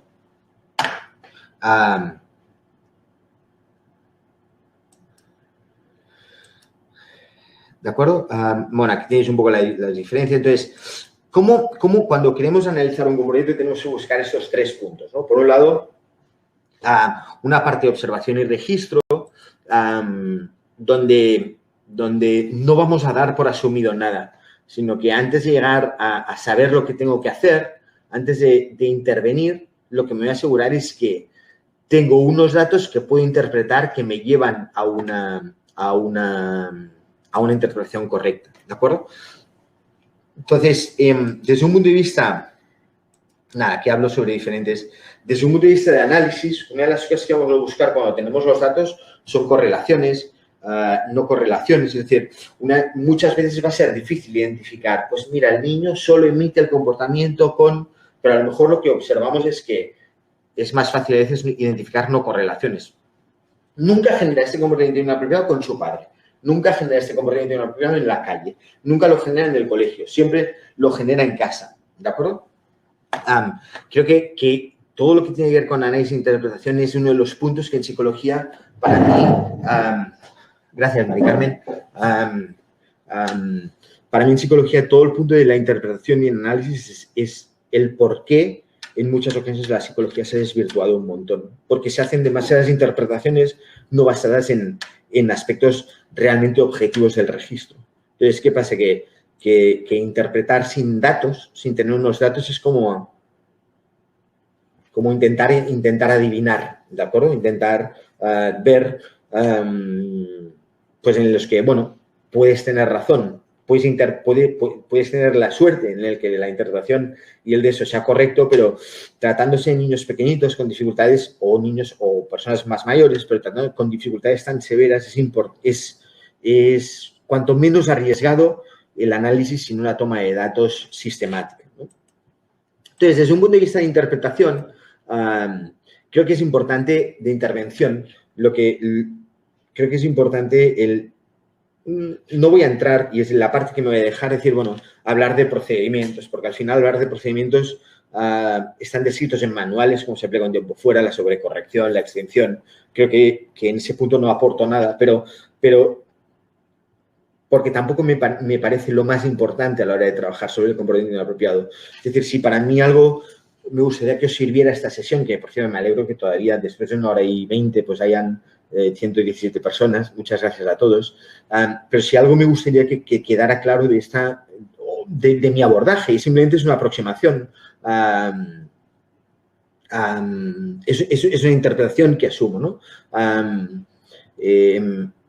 Una de las cosas que me gustaría es que entendierais que el abordaje del comportamiento inapropiado no solo se aplica o si solo aplicamos a qué hacer cuando la persona hace ese comportamiento, estamos aplicándolo desde una perspectiva muy pobre para la complejidad del comportamiento inapropiado, ¿no? Creo que es importante, sobre todo, aplicar estos procedimientos, ¿no? Ver dónde puedo colocar el reforzador. La conducta inapropiada siempre busca conseguir algo, ¿de acuerdo? Y lo que es inapropiado no es lo que el niño quiere conseguir, lo que es inapropiado es la forma. Es decir, no está mal que un niño se canse, no está mal que un niño tenga hambre, un niño tenga sueño, ¿de acuerdo?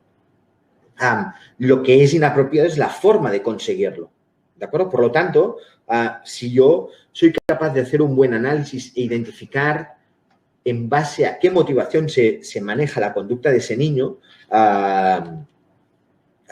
creo que podemos manipular mejor para ayudar a una prevención, ¿de acuerdo? Entonces, ya para acabar, veréis cómo aquí, en la presentación que tendréis, sobre todo me quiero centrar en estos dos puntos durante un minuto más, ¿no? Que siempre el abordaje, siempre el abordaje más efectivo va a venir sobre el tratamiento de los antecedentes, ¿de acuerdo? Trabajar sobre la prevención. Yo siempre digo que la guerra que se gane es aquella que no haces nunca, ¿de acuerdo? Es el punto más fácil para ganar una guerra, no meterte en ella. En este sentido, creo que es importante el asegurar que cuando sé que el niño tiene una dificultad en una situación concreta, yo voy a veces a supervisiones y me dicen, Víctor, ¿quieres ver la conducta inapropiada? Es como, no hace falta, no necesito ver que el niño lo pasa mal, ya me lo creo con lo que me cuentas. Lo que pasa es que si tú sabes tan perfectamente qué debe pasar para que un niño genere ese comportamiento inapropiado, quiere decir que conoces todo lo que ambientalmente tiene que pasar. Entonces, lo primero que necesitas hacer es entender que cuantas menos veces te pase eso, cuantas menos veces el niño practique esa conducta, más fácil te va a ser cambiar ese comportamiento. ¿Cómo? Pues, por ejemplo, disminuir todo lo que tiene que ver con complejidad. Hay muchas veces en las que, con el afán de normalizar la condición de un niño, lo exponemos a situaciones que son muy aversivas. Muy aversivas porque son muy complejas, porque son muy largas. Sobre todo, para mí, la duración es uno de los puntos que más dificultad o que más detonan comportamientos inapropiados, ¿no? Entonces, bueno, se me está haciendo largo y quiero responderos a un montón de preguntas, pero nada, es un tema demasiado complejo y a lo mejor me apasiona suficiente como para poderlo abordar todo. Espero que ya pasó un poco a las preguntas, espero que os haya gustado la presentación y por lo menos, pues eso, al ser una sesión clínica cortita, por lo menos el poder una perspectiva diferente sobre el abordaje, no tanto centrado en qué hacer cuando el niño genera esos comportamientos, sino qué tenemos que hacer para que ese comportamiento no se dé, porque esa es la mejor forma de cambiar el comportamiento, ¿no? Creo que pues nada, quiero acabar con esta frase que no sé si se ha otorgado al doctor Lobas, ¿no? Pero si un niño no aprende de la manera en que enseñamos, debemos enseñar de la manera que pueda aprender, ¿no? Y ese para mí es un punto importante, el hecho de decir, bueno, cuando el niño aprende, si lo tenemos que asumir gracias a nuestro trabajo, cuando no aprende, creo que es exactamente lo mismo, ¿de acuerdo? Nada, aquí tenéis un poco como mis datos, mi Instagram no sale aquí, pero es, bueno, @victor_lobas_foundation. Y ahí estoy y nada, para cualquier cosa que podáis necesitar de mí, pues ahí me podéis encontrar, ¿de acuerdo? Voy a partir un poco de las preguntas. Gracias, Elvira, gracias, Michel, María. ¿Cómo entender interpretar a un niño que se despierta en la madrugada llorando, trato de hacer todo y aún no logro identificar qué necesita. Bueno, generalmente, uno de los aspectos de los compromisos inapropiados podríamos estar hablando 20 o 30 horas, ¿no? O 40 horas, ¿no? Pero uno de los puntos que primero necesitamos trabajar a la hora de trabajar desde una perspectiva conductual es asegurar que orgánicamente todo está bien, ¿de acuerdo? Es decir, ya no por la pregunta tuya del sueño María, pero con cualquier otra, ¿no? Asegurar realmente que orgánicamente que no estemos intentando modificar un comportamiento que orgánicamente no aguanta una modificación de ese comportamiento, ¿de acuerdo? Entonces, creo que el tema del dormir es un punto en el que mayoritariamente la mayor parte de soluciones pasan por soluciones conductuales, pero el primer punto que miraría es la parte del dormir, ¿no? Entonces, creo que uno de los puntos sobre los que a la hora de trabajar sobre el sueño, que también es un tema complejo, uno de los puntos que siempre miraría es dónde se focaliza la dificultad. Tú aquí, María, hablas de que se focaliza en la madrugada. Generalmente, cuando el niño se duerme solo, puede ser producto de cansancio. Ahí lo que te daría un montón de preguntas, ¿no? Si el niño duerme solo, si no, cuando el niño necesita dormir con alguien, las probabilidades de que pueda haber alguna dificultad en el sueño se multiplican, ¿no?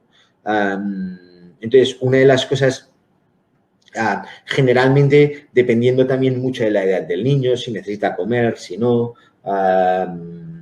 me es un poco difícil el poder, María, darte respuestas, pero es un ejemplo en el que tomaríamos datos para poder hacer un buen análisis funcional, ¿no? Es decir, bueno, cuántas veces se despierta, qué tiene que pasar para que se duerma o no, o si no tiene que haber. Y ahí, por ejemplo, aspectos de edad marcan mucho, ¿de acuerdo? Antonio José Jiménez, ¿podrías hablar sobre el éxito de la aplicación del método LOVAS? El método LOVAS tiene, os he puesto ahí artículos en los que se basan y luego todo el modelo de replicación ha demostrado su efectividad. De hecho, ya no por el método LOVAS en sí mismo, pero por ejemplo, en guías de buena práctica que pueden publicar, por ejemplo, yo te referiría ahí, Antonio, si quieres, por ejemplo, la Agencia del Estado de Nueva York, el Instituto de Salud Mental del Estado de Nueva York tiene una guía práctica que hizo en el 2010, hizo una y luego creo que tiene otra, donde, por ejemplo, ahí hay comparativas sobre evidencia empírica de los tratamientos, ¿no? Entonces, una de las cosas que hizo el tratamiento LOVAS y que es algo que se constata y que ha habido réplicas sobre esto es precisamente lo que tú hablas en términos del sentido longitudinal, ¿no? Es decir, no solo qué pasa cuando acaba el tratamiento, sino un tiempo después de la intervención. Entonces, el doctor LOVAS, en los dos estudios que he puesto, si tienes acceso a la bibliografía, y si en nuestra página web creo que están ahí colgados, precisamente lo que es un estudio de impacto en el momento de la intervención y unos años después, ¿no? Raquel, ¿cómo corregir una conducta de escape de un niño de 3 años que le motivan los coches pequeños? Muchas veces, una de las cosas que siempre digo es como lo que genera motivación es aquello que tiene restricción, ¿no? Entonces, en la situación en la que tú pudieras limitar el acceso a esos coches, me explico, y tú generarás el acceso a esos coches porque el niño pudiera estar sentado, estarías cambiando la dirección. Es decir, el lugar de que el niño sí quiere ir porque quiere conseguir los coches, en el momento en el que tú restringes y no hay posibilidad de que ese niño tenga acceso a los coches, pero a la vez tenga acceso a través de estar sentado, es cuando el niño va a estar sentado para que le des los coches en lugar de querer escapar para conseguir el coche. ¿De acuerdo? Gemma, perdón, todo eso intento dar respuestas como relativamente rápidas. No sé, son respuestas como muy torpes, muy bruscas, pero intento responder un poco a todo lo que puedo, ¿no? Gemma, no sé, me encanta, anteriormente había hecho anteriores, ¿dónde podemos hacer un curso sobre esto específico, sobre ABA, que no sea máster con carácter práctico?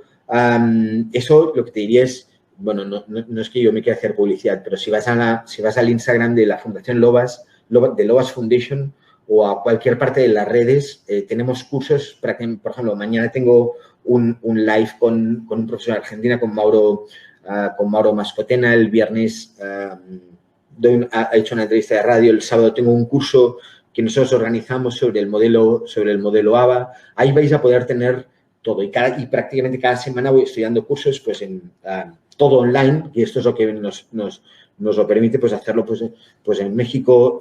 Tengo cursos cerrados en México, en Chile y en Guatemala, creo que es. Pero bueno, en nuestras redes están todo, ¿vale? Voy a seguir. Andrea no había terminado, cariño, pero bueno, se pasó la imagen, lo siento.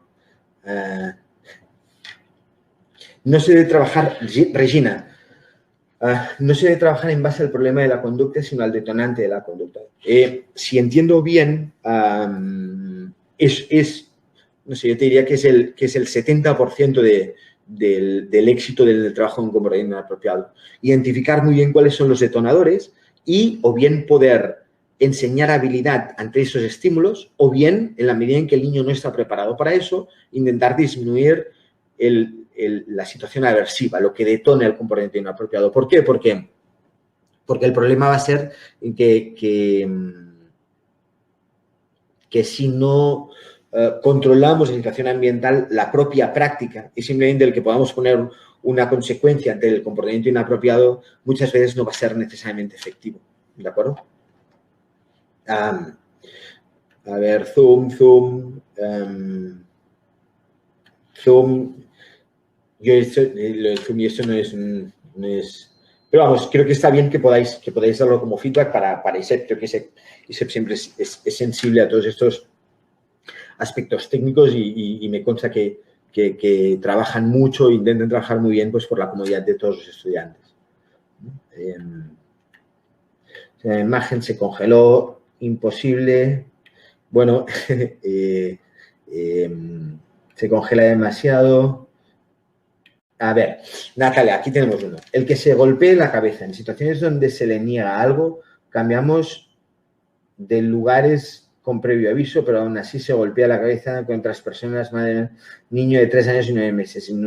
Disminuyó mucho desde que comenzó a comunicarse. Claro, siempre, por eso hay muchas veces que eso que os hablaba, cuando generamos habilidad, eso que se decía como la habilidad y el comportamiento inapropiado son inversamente proporcionales. Cuanta más habilidad va consiguiendo el niño, el comportamiento va bajando. Entonces, habilidad, pues a nivel manual y sobre todo a nivel de lenguaje, pues obviamente hay toneladas de bibliografías que hablan sobre cómo el niño disminuye el comportamiento inapropiado cuando empieza a generar capacidad para comunicarse. Antes alguien hablaba de Pictos, que ha sido donde he comentado decir, bueno, luego lo hablaré. Me parece que el tema de poder dar un canal de comunicación es importante. Por eso es importante el hecho de enseñar habilidad, no como única estrategia en el abordaje, pero hay veces que lo que va a necesitar la persona es poder expresarse, ¿de acuerdo? Entonces, desde ese punto de comunicación, nada, claramente para todos los niños esto funciona un montón, ¿no? O para muchos de los niños funciona un montón, ¿no? Es verdad que también hay un punto en el que te puedes encontrar con niños pues, que se quieren comunicar igualmente, ¿no? Y te están diciendo, porque el niño típico se quiere comunicar, es como, papá, quiero ir al parque. Es como, bueno, no podemos ir al parque porque está lloviendo. Y hay muchas veces que el comportamiento inapropiado, a pesar de que el niño se pueda comunicar, el comportamiento inapropiado se sigue dando. Entonces, creo que uno de los puntos a trabajar sobre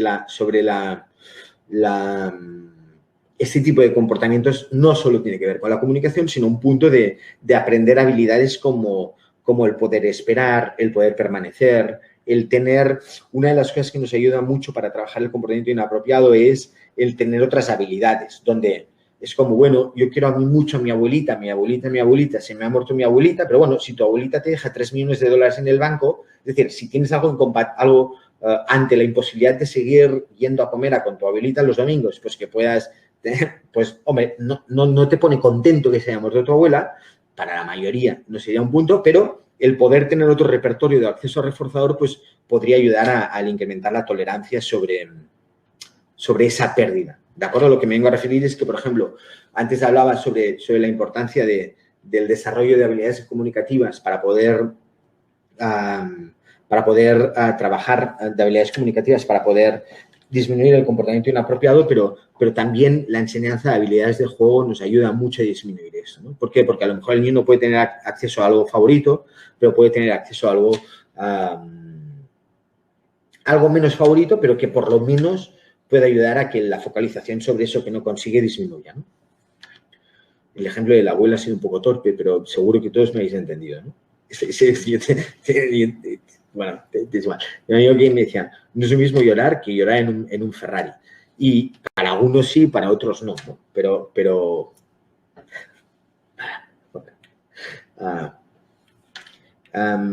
yo creo que ya no sé si seguramente me puedo dejar alguna respuesta, pero... Arriba hay más preguntas. ¿Hay más preguntas arriba? A ver. No, al revés. Sí, así, ¿no? Bien, voy a responder alguna más, si os parece, porque ya estamos hasta un poco más tiempo fuera de esto. Yair, muchísimas gracias. Gracias a ti, campeón. A ver, ¿puedo recomendar algún otro libro para conocer más sobre el manejo de la conducta agresiva o severa? Yo lo que os diría aquí es buscad mis referencias para la conducta inapropiada. Gracias, Rosa. Un abrazo. Es el doctor Brian Iwata. Perdón, voy a decirlo en inglés. Brian Iwata. Pero se escribe Iwata, es Iglesia W, A de Argentina, T de Teruel y A de Argentina. Es una persona, es un investigador muy reconocido en el mundo, es un buen colega, es una persona majísima que tiene mucha experiencia sobre abordaje de comportamiento inapropiado. Tiene mucho artículo, tiene protocolos de análisis funcional, que por ejemplo, si vais a la web de ABA España, hace poco ABA España colgó el protocolo de análisis funcional que Brian Iwata diseñó, que se llama FAST, creo que es, Functional Analysis, pero un autor de referencia para mí es Brian Iwata. Es verdad que muchas veces es muy difícil escribir manuales o libros sobre eso, pero todo lo que podéis encontrar sobre análisis funcional, por ejemplo, manuales muy grandes, muy significativos.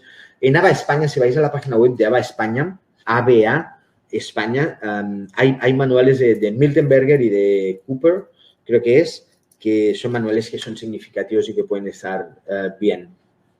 ¿De acuerdo? Pero son manuales de análisis funcional, no son manuales tan específicos sobre el comportamiento sobre comportamientos concretos. Sobre comportamientos concretos de agresividad, morderse, debes ir a buscar más cosas relacionadas con artículos concretos, con estudios de investigación, ¿vale? Muchas gracias, Marcela, muchas gracias, Iván, muchas gracias, Natalia. Rosa, me encantó.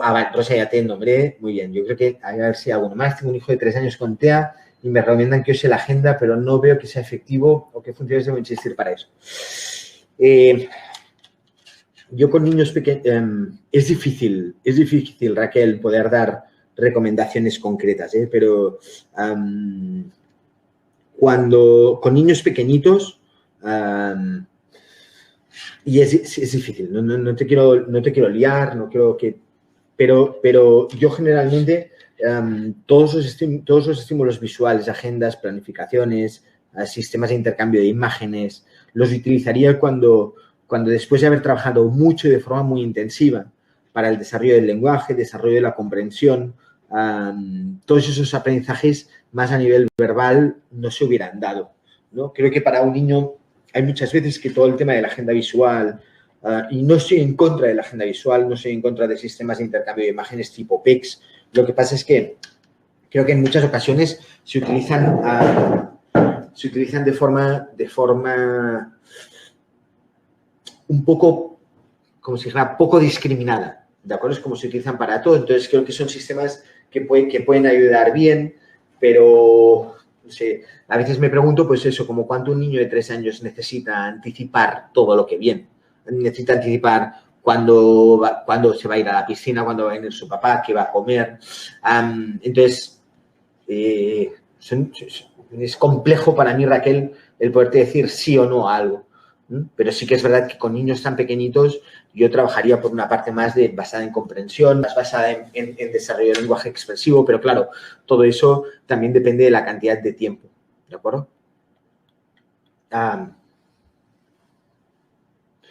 Andrea Peces, muchas gracias, yo Open en Madrid, y todo lo que has dicho ha resultado muy interesante y por los conocimientos que tengo y muy eficiente. Bueno, pues gracias, Andrea, un fuerte abrazo.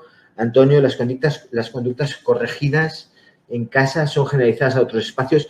Creo que el concepto de que una conducta sea corregida, para que sea corregida, tiene que ser corregida en todos los aspectos. ¿De acuerdo? Es decir, creo que uno de los puntos que muchas veces de análisis, y aquí tocas un punto muy interesante, ¿no? Antonio, que es todo el concepto de la generalización. Creo que una habilidad no está lograda hasta que no es perfectamente generalizable, ¿no?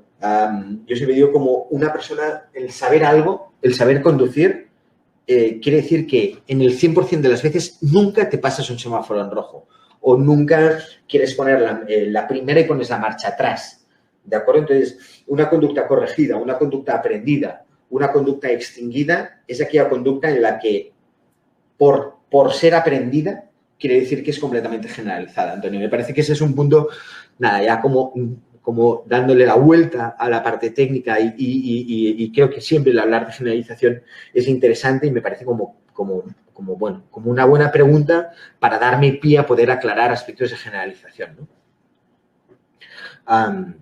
Bueno, yo creo que seguramente pueden haber un montón de gracias también y os agradezco. FAST, Functional Analysis Screening Tool. Muy bien, Mauricio.